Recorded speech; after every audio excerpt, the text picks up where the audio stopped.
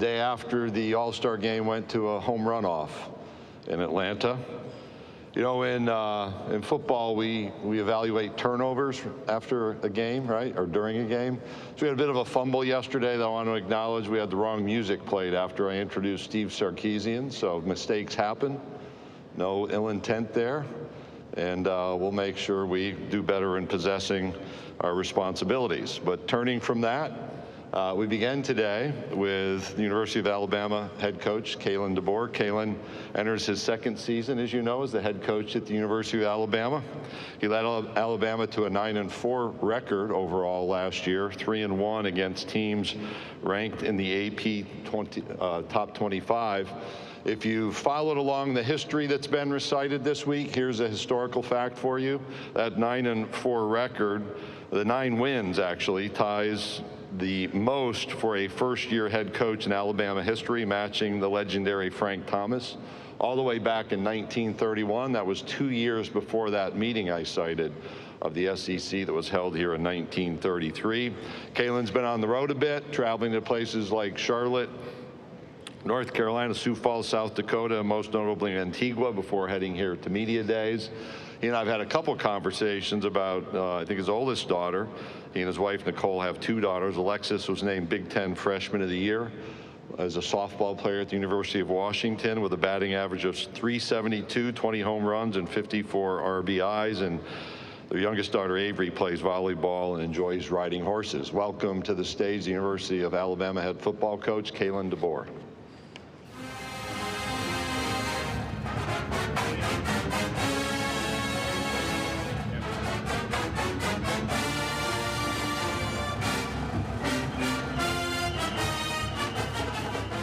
All right, good morning. Greg, thanks for the introduction. You're doing your research on where I've been here the last couple weeks. So it is great to be here. And first of all, just in regards to Greg, I appreciate his leadership. You know, year 2, you understand a little bit more of what everyone does and how well they do it. Man, what Greg Sankey does for the SEC, for college athletics, it's on an extremely high level. And so thank you, Greg, for everything that you do here for us at the SEC as well. So, yeah, I want to thank you all, too, as the media, just a coverage of college football, coverage of our conference, coverage of our teams at Alabama in particular, and all the great stories, the journeys that our guys are on, you guys documenting them and sharing them with the rest of the country, the rest of the world. So appreciate all of you being here today. I brought 3 players with me. I had a chance to see them this morning. We've both been different directions and busy already, but 3 talented guys that I want to brag on a little bit here before I kind of move on to some things about the team. Offensively, brought Caden Proctor. He's our 3rd year offensive tackle. He's originally from Iowa, and a couple things. You look at the guy and he's massive, and man, he just just does everything on a high level when it comes to his training. But the thing I'm going to tell you about this guy that's impressive to me as well is that by the end of this season, here in December, he will have his degree. So if you do the math on that, 3 years getting your degree, even a semester in there where he transferred, and that gets harder to do when you do that. But he'll have not just his degree, but right now he has a 3.7 GPA. And so taking 16 credits this summer just so he can be on track to be able to accomplish and walk across that stage, have a great football season, but also, have his degree there. I know he's excited to represent not just the team, but also he, representing the offensive line, our offensive side of the football. He has a lot of great pride in what they're accomplishing and the work they're putting in. Tim Keenan, 5th year defensive lineman. I think the thing with Tim that he's a homegrown, boy from Alabama, and I think when I look at Tim, the team just looks at him as like that big brother. He's a mentor to not just the young guys, but even the old guys. They know they can count on him to be doing the work. He embodies what a student athlete is all about. And I think those that really know Tim and follow what he does, he's got a passion for giving back to the community. He's one of our guys that just is at the forefront, you know, spiritually leading our team, and then also just from a community standpoint, community service standpoint, he's out there. He's a big brother to kids in our community. Man, there's just him understanding the platform he has is so impressive to me. It's been a pleasure to coach him. We get one more crack at it with him, and appreciate his leadership. And then Deontay Lawson. Fifth-year linebacker. He was a captain, really our only returning captain from last year's team. That should say enough right there about how our team views him, how they look at him. You know, his journey, again, everyone's got something a little bit different. Probably thought a year ago at this time he'd be, you know, wearing an NFL jersey. You know, circumstances as they may be, just coming back from an injury, seeing him attack it, seeing him and his mindset, him understanding the circumstances he can't control and what he can. Oh, man, it's just amazing seeing him take over not just the defense, but be a leader on our football team. I walked into a meeting, was looking for a coach, actually.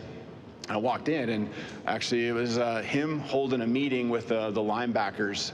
That was yeah, I guess yesterday morning. It seems like forever ago, but yeah, it was yesterday morning. And listened for about 30 seconds. I knew that meeting was in a good position.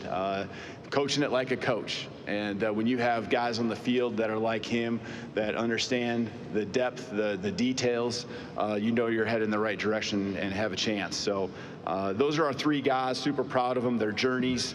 I think the common theme with all of them is they're high character guys. They're extremely driven. I think, again, they represent a lot of what our team's all about. They're leaders on the team, but they're also leaders in the community.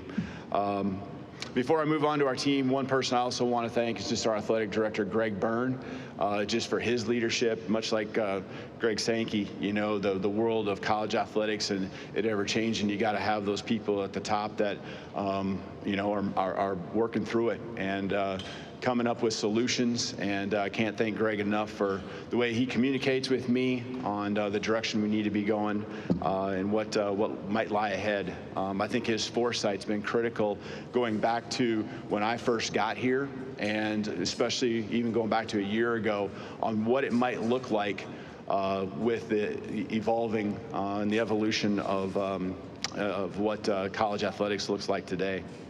Second season, familiarity's been a word that's been used a lot already this morning with different interviews. You know, that's great. It helps you feel good about where your family's living and what those routines are. You know, that's important to me and our success. You got to have that piece in place. Familiarity with it, and I think the common word also would be continuity. Starts with our coaching staff. Really, one change on the defensive side of the ball, and then the addition of Ryan Grubb on the offensive side. Everyone else, not just the position coaches, but quality control coaches, graduate assistants, recruiting staff, strength and conditioning, academics, training room, we really had no turnover in all those areas. And so that's exciting to me because I think that says a lot about the belief and the excitement of what lies ahead. And that you have the right people. You know, you talk about getting the right people on the bus, the right people in your program and inside the building, and I feel like we certainly have that. So continuity is a huge piece of kind of what year two is all about right now. That trickles down to your players. You know, the leadership from the staff is there, but really the culture that we want to try to exude, try to have, it comes to life through our players, and they are making that happen. It's the day-to-day, and as we speak right now, they're on the field, you know, in a nice warm morning in Tuscaloosa, you know, getting after it. And I can't tell you how impressed I've been with them just focusing on the main thing, and that's the work. Not getting ahead of themselves, not even worried really about practice number one, game number one for sure, or even further down the road in the season. I know they'll get asked questions about it and have to answer some of those today, but when it comes down to what we're focused on, it's the day-to-day work that these guys are really like honed in on. and making sure that they take care of to give themselves a chance to be highly successful this fall.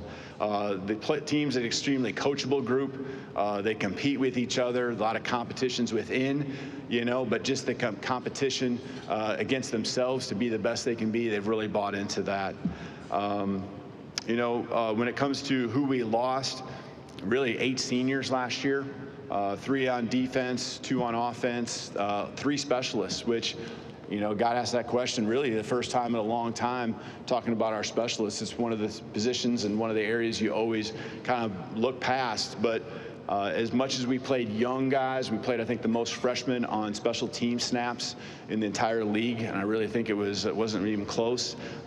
There was also 3 specialists, punter, kicker, and long snapper, that were mainstays in the program for quite some time, or had a lot of experience playing at a high level. So we replaced all of those guys, and that would probably be something that we really got to work through, and got a confidence and belief in the guys that are in our program that they'll step up. So we're right at about 17 seniors, so that's double what we had a year ago. We did lose the 3 guys to early outs in the NFL with Jalen Milroe, Tyler Booker, and Jahad Campbell, deservingly so. Those guys getting their opportunities to go make the most of it at the next level. So experience, and I think really when it comes down to where do you want to improve, where do you need to get better, it's reps. All of us get better at our jobs by taking more reps. Myself as a head coach at this place here at Alabama, you guys in your roles, our players, and then it's reps together. And so again, familiarity, continuity, repetitions.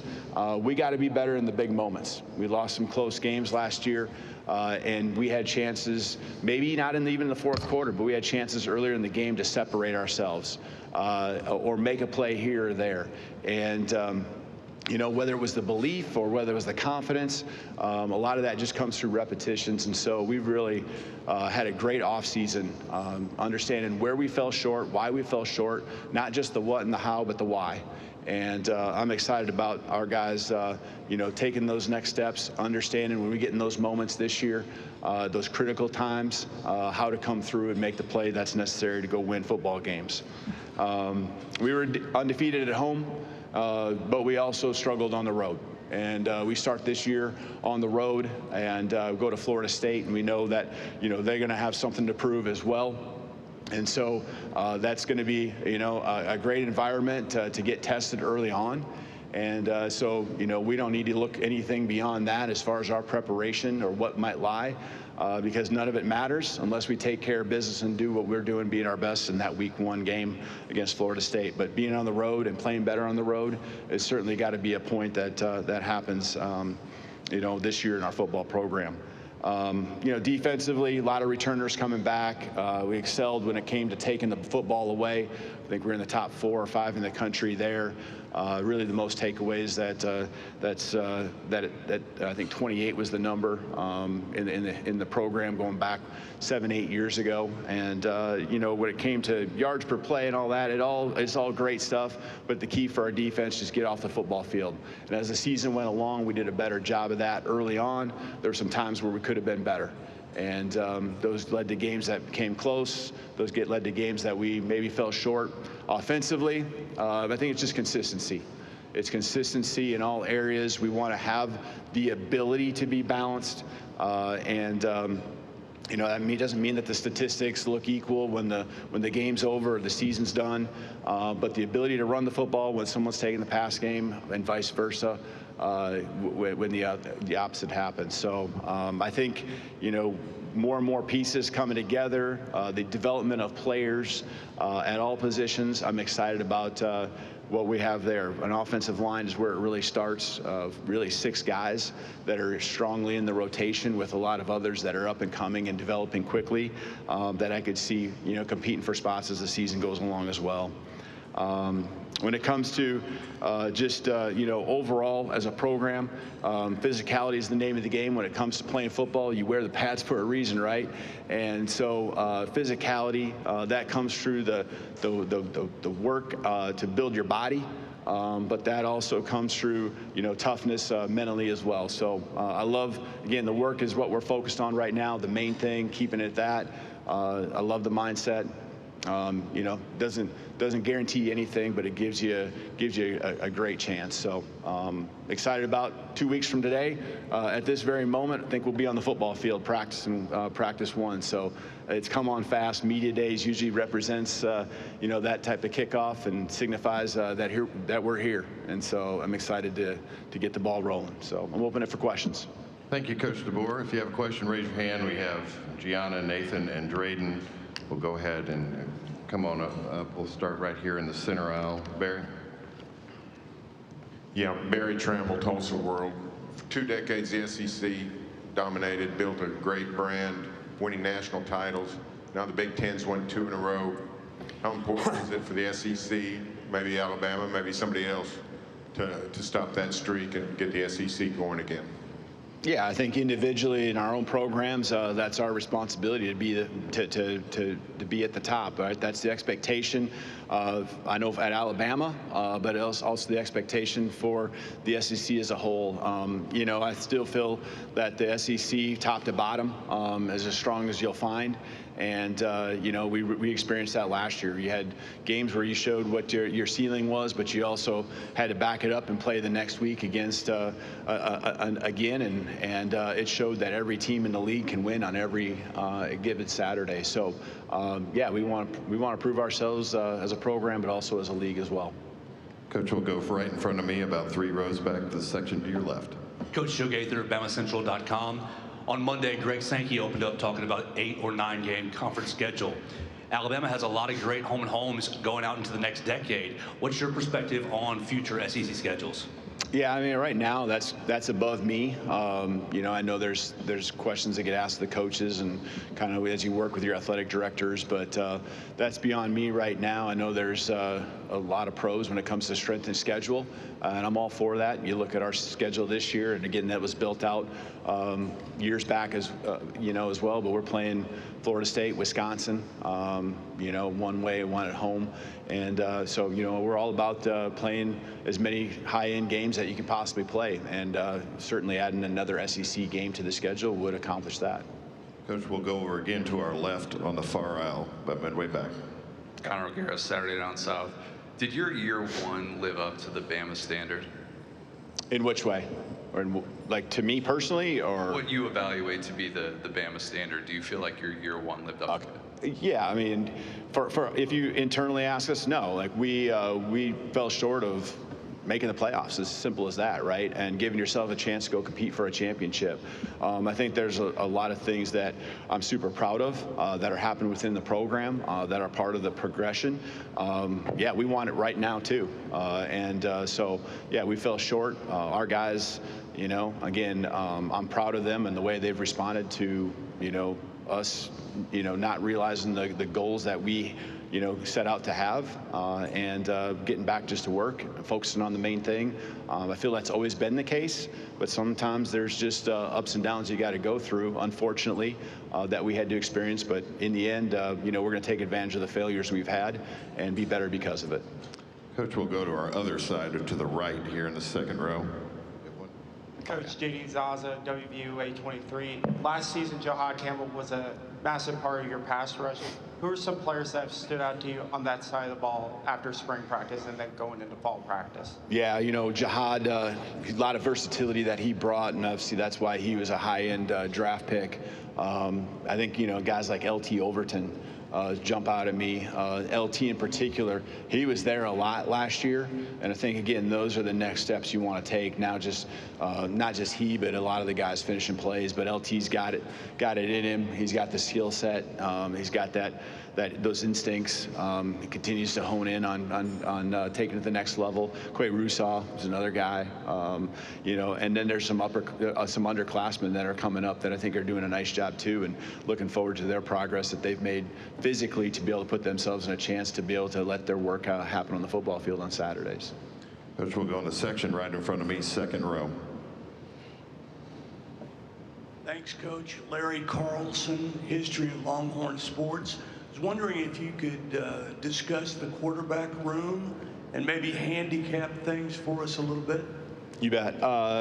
Really got 3 guys that have taken all the snaps, not a majority, but all of them. Ty Simpson, Austin Mack, and Kalen Russell, and that's really by age and years of experience is kind of where it starts. We did make it known after the end of the spring that if we played a game at that point, and it really wouldn't have changed even at this point because there's nothing that's happened as far as practicing. Ty Simpson would be the guy that would take the first snaps and be our starter. Challenged all of them at that time that they have to continue to take the strides. They got to continue in their own ways, improve.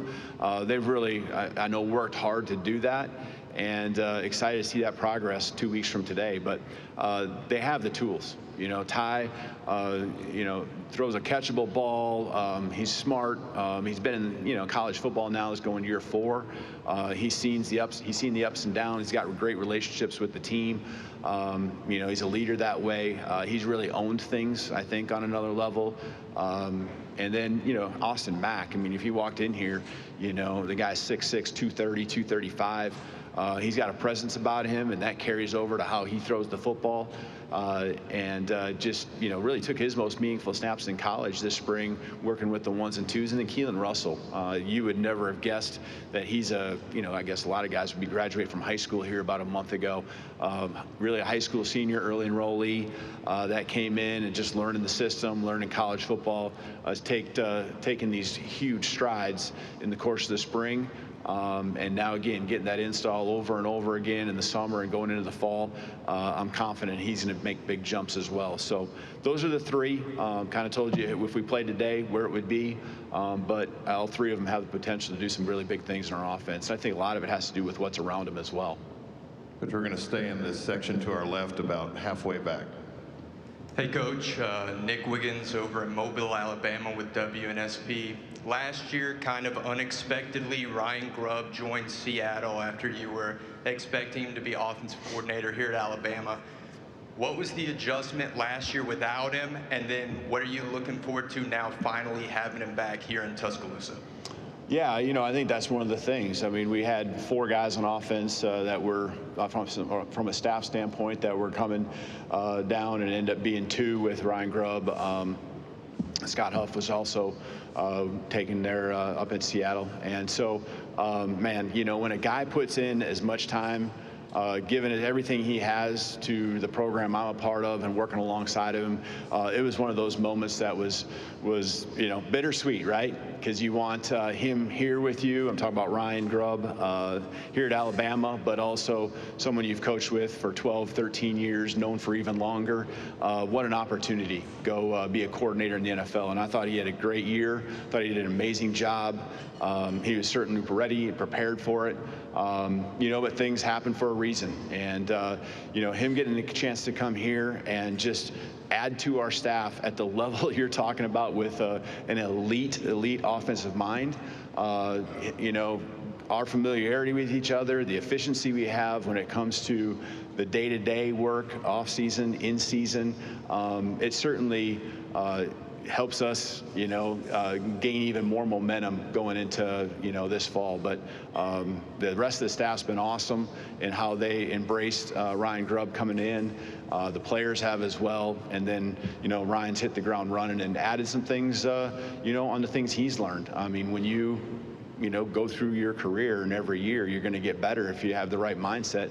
And there's no place you're going to get better and be put in tough spots than in the NFL. And so love what he's brought on top of what our system's always been and how we've evolved to make us even better this fall.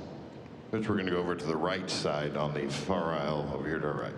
Hey, Kalen, Colin Gay, Tuscaloosa News. I'm curious, when it comes to no matter who's a starter at quarterback, it's going to be a level of inexperience.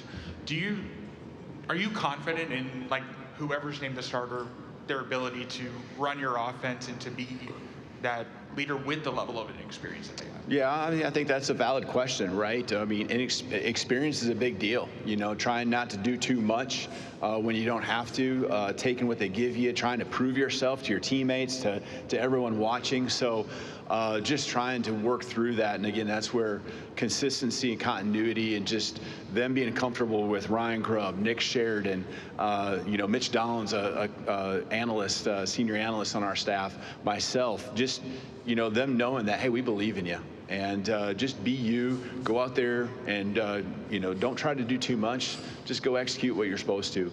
But, you know, they got the tools. And so now you're just trying to put them in those moments as much as possible to where the lack of experience, maybe from a game situational standpoint, is able to come out in practice, help them feel prepared. I'll say this. I think going through a quarterback competition, that's pressure alone.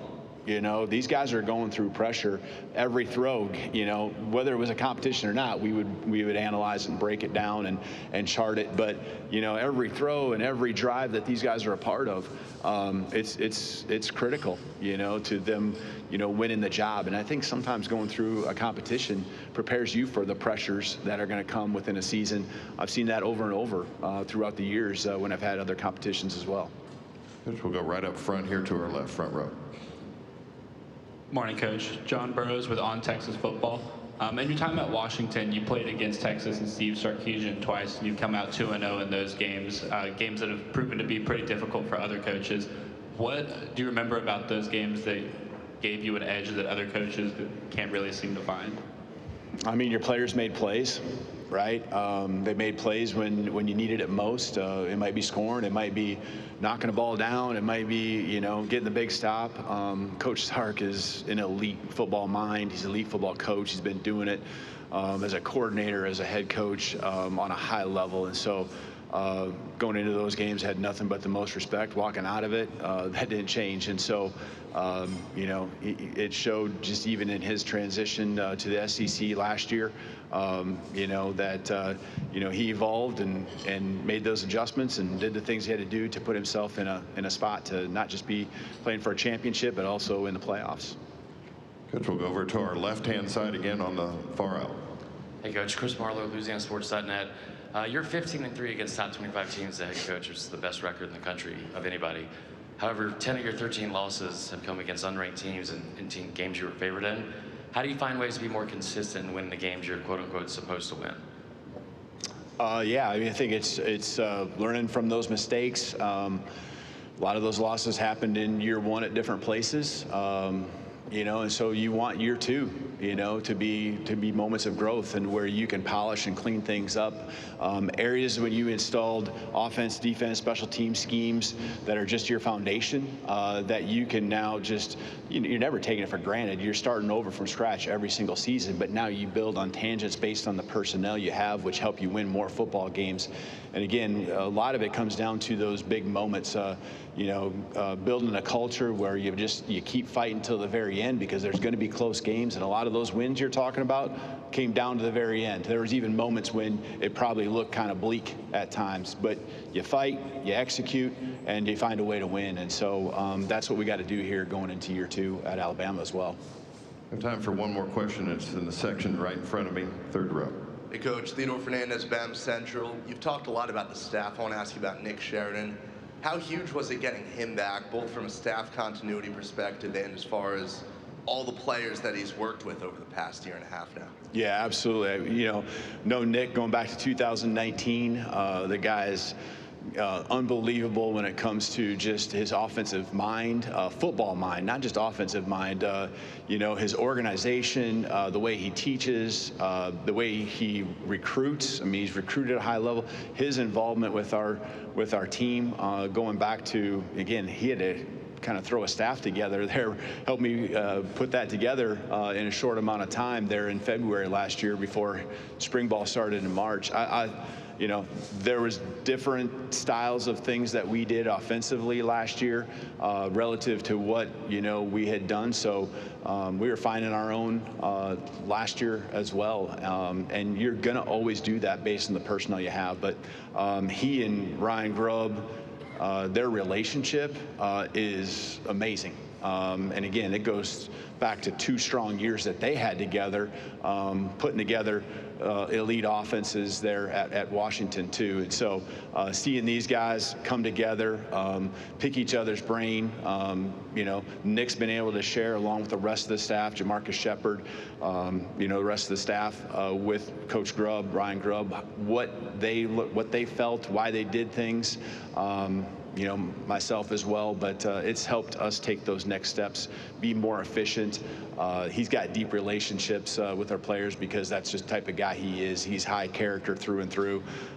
Man, I mean, it's awesome having him a part of our football staff. Coach DeBoer, thank you for your time. You bet. Thank you, and Roll Tide.